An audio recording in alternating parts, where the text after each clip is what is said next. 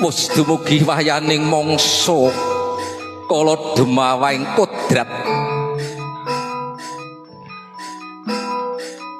Nalika semana ana titahing Gusti ingkang asipat jalu tanampi wanita.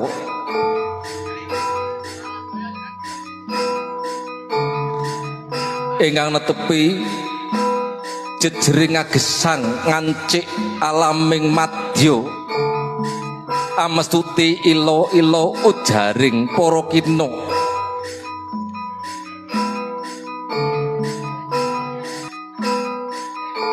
Pengantin kekalih pagut wadana nunggal sasana.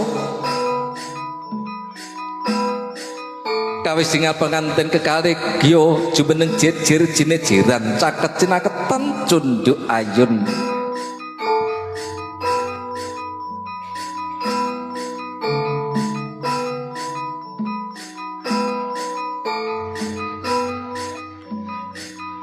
Pengantin saribit gya siningepan sindur ingkang awan abrit petak dening Bapak Swardi.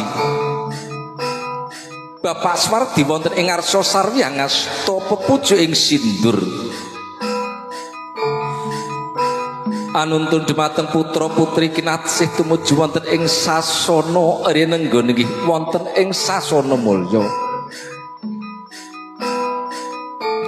Ing riku mangwerdi bilih Bapak Swardi paring tutunan dumateng putra putri kinasih anggenipun badhe madhet pribadi wonten madyaning bebrayan agung.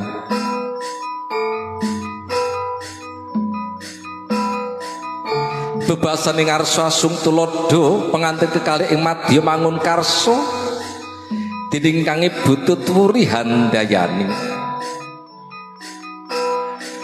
Semun prapten janing kang tinuju kanthi lulus raharja kalis ing rubedonir ing sambikala.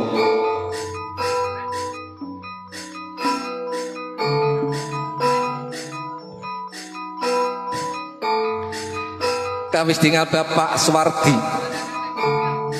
lenggah wonten madyaning sasana rinengga jeri sedya arsa mangku putra kekalih.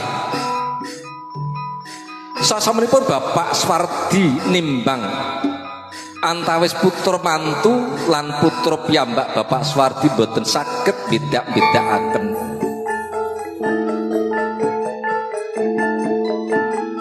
Ananging sedaya karengku kadi dening putra priyangga.